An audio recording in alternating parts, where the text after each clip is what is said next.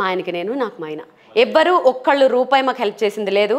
So called చుట్టాలు కానీ friends కానీ ఇన్ఫ్యాక్ట్ మేము వస్తుంటే మా ఆయన వస్తుంటే ఇప్పుడు ఎక్కడ డబ్బులు అడుగుతాడో దూరం పోయిన చుట్టాలు కూడా ఉన్నారు. ఇప్పుడు అందరూ చెప్పేసుకుంటారు మా వల్లే మీరు, మా వల్లే మీరు. మా చుట్టాలే అని చెప్తారు.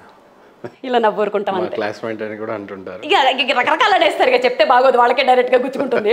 సో వెనక ఏం మాట్లాడతారో తెలిసే వాళ్ళు ముందు కూడా ఏం మాట్లాడతారో అన్ని మా దగ్గరికి వస్తాయి. ఇలా నవ్వుకుంటాం. జీవితంలో ఇలాంటి స్థాయి నుంచి వచ్చారు, ఈ బ్యాక్గ్రౌండ్ ఉందని నిజంగా మీరు ఎక్కడ చెప్పలేదు. సార్ అయితే అసలు చెప్పరు. బట్ మొన్న జగన్మోహన్ రెడ్డి గారు ఓడిపోతారు అని చెప్పేసిన తర్వాత వేణుస్వామి పని అయిపోయింది అని చెప్పేసి చాలా ట్రోలింగ్స్ జరిగాయి. భయపడ్డారా బాగా? అప్పుడు ఎలా రిసీవ్ చేసుకున్నారు? అన్ని చూసి వచ్చిన వాళ్ళకి భయమే ఉంటుందండి.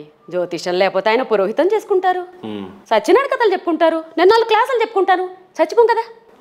మీకు అర్థమైందా? బట్ అంత పవర్ఫుల్ గా 99% కరెక్ట్ గా చెప్పే వేణుస్వామి గారు ఆ రోజు ఫెయిల్ అవటం అనేది దాంట్లో ఎవరు అదృష్టం ఉందో మనకేం తెలుసు. అంతే కదా. ఇప్పుడు జాతకం కనపడుతోంది, చెప్పారు. హాస్పిటల్లో మనం ఇప్పుడు అపోలోకి వెళ్తాం, ఒక మంచి కార్డియాటిస్ట్ ఆయన వేల సర్జరీలు చేసేసి ఉంటాడు. ఒకళ్ళు ఎవరో చనిపోతారు, ఎలా అయింది నీకు రాదా అంటే ఏమంటాం? వాళ్ళని వెళ్ళి అడుగుతారు ఎవరైనా కెమెరా పెట్టి ఎందుకు చంపేశారని? అడగరు కదా. మరి ఈ జ్యోతిష్కులు వీళ్ళు ఏమైనా దేవుళ్ళా? 1-2 అవుతాయేమో. పోనీ ఆయన గెలుస్తారని చెప్పారు. సరస్వతీదేవి శాపం కూడా ఉందంట కదా. ఆఫ్ కోర్స్ కాదండి, చంద్రబాబు నాయుడు గారు గెలుస్తారని చెప్పారు కొంతమంది. వాళ్ళకి వీళ్ళు ఏమైనా సన్మానాలు చేశారా? వాళ్ళు ఎక్కడున్నారో కూడా తెలీదు.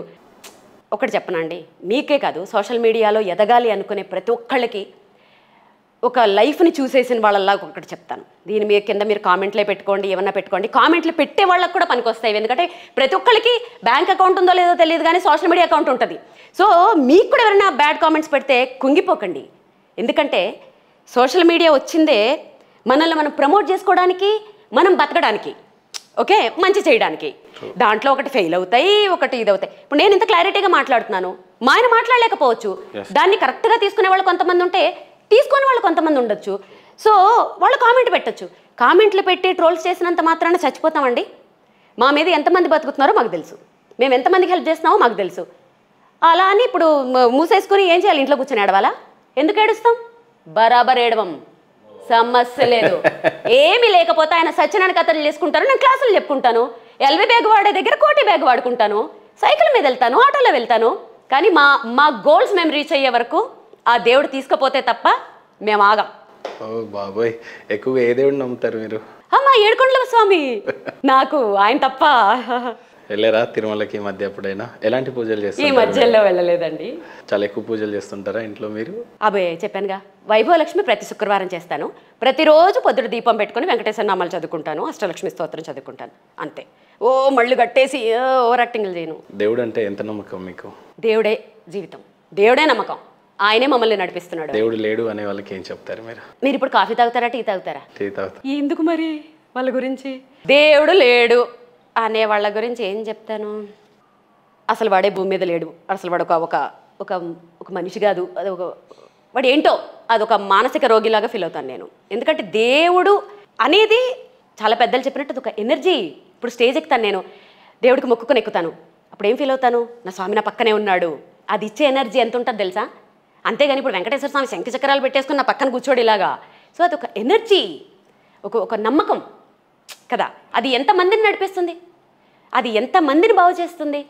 మానసిక రోగులను కూడా దేవుడు అనేవాడు నడిపిస్తున్నాడు ఒక నమ్మకంతో. మరి వాళ్ళు లేడనే వాళ్ళని మూర్ఖులు ఉండకపోతే ఏమో వాళ్ళ గురించి మాట్లాడుకోవడం బెటర్. వేస్ట్ ఎనర్జీ వేస్ట్ చేసుకోను నేను ఎక్కువ. నిజంగానే వీణ నేర్చుకునే వాళ్ళకి సాంగ్స్ రావటం, లిరిక్స్ అనేది వచ్చి ఉండాలా అండి? ఎలా వాయిస్తారు అసలు? Lyrics in the sense lyrics వచ్చుంటే ఫీల్ బాగుంటుంది. అంటే లిరిక్స్ అంటే పర్టికులర్గా లిరిక్స్ అక్కర్లేదు, నాకు తెలిసి సాంగ్ ఫీల్ అర్థం చేసుకుంటే చాలండి. ఆ తన అనుకుంటే చాలు, నేను అలాగే అనుకుంటాను, నాకు ఒక్క లిరిక్ రాదు, అన్ని తప్పులే పాడతాను, కానీ ఫీల్ క్యాచ్ చేస్తాను. మంచి పాట ఒకసారి పాడతారు? ఒక జోక్ చెప్పనా? నేను పాట స్టార్ట్ చేస్తే మా ఆయన, నా కూతురు, మా పద్మ ఏమంటదంటే, అమ్మ బయట పనోళ్ళు పని చేసుకుంటున్నారు, నువ్వు మెల్లగా మాట్లాడుకో అంటారు. అంత కుళ్ళు మొహాలు ఉన్న పాట.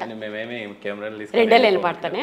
నువ్వక్కడ నేనిక్కడ, పాటిక్కడ పలుకక్కడ, మనసొక్కటి నిలిచున్నది ఎందాకైనా, తానా నానా తానన నానా తానా నానా తానన నానా తానా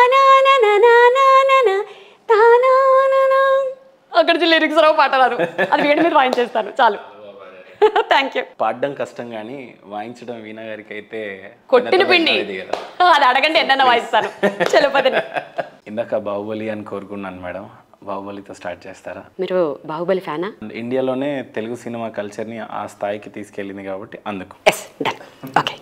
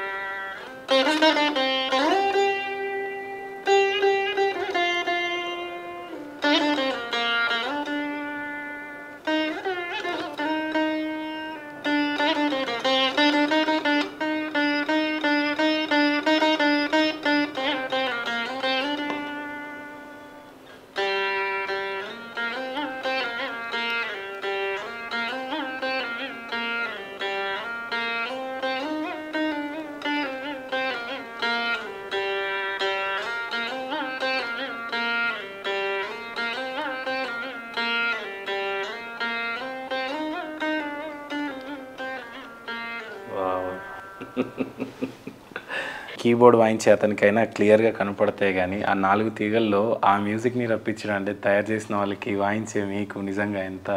స్టార్టింగ్లో నేర్చుకునేటప్పుడు మీరు కూడా అనుకోని ఉండొచ్చు కదా, 4 తీగలు అక్కడ ఉన్నాయి, 5 తీగలు, అందులో నుంచి మ్యూజిక్ పండించడం అంటే. మరి ఇలాంటి ఆర్ట్స్ ని వదులుకోవడం అంటే బాధ అనిపించదు? స్టార్టింగ్లో నేర్చుకునేటప్పుడు మీరు కూడా అనుకోని ఉండొచ్చు కదా, 4 తీగలు అక్కడ ఉన్నాయి, 5 తీగలు, అందులో నుంచి మ్యూజిక్ పండించడం అంటే. మరి ఇలాంటి ఆర్ట్స్ ని వదులుకోవడం అంటే బాధ అనిపించదు?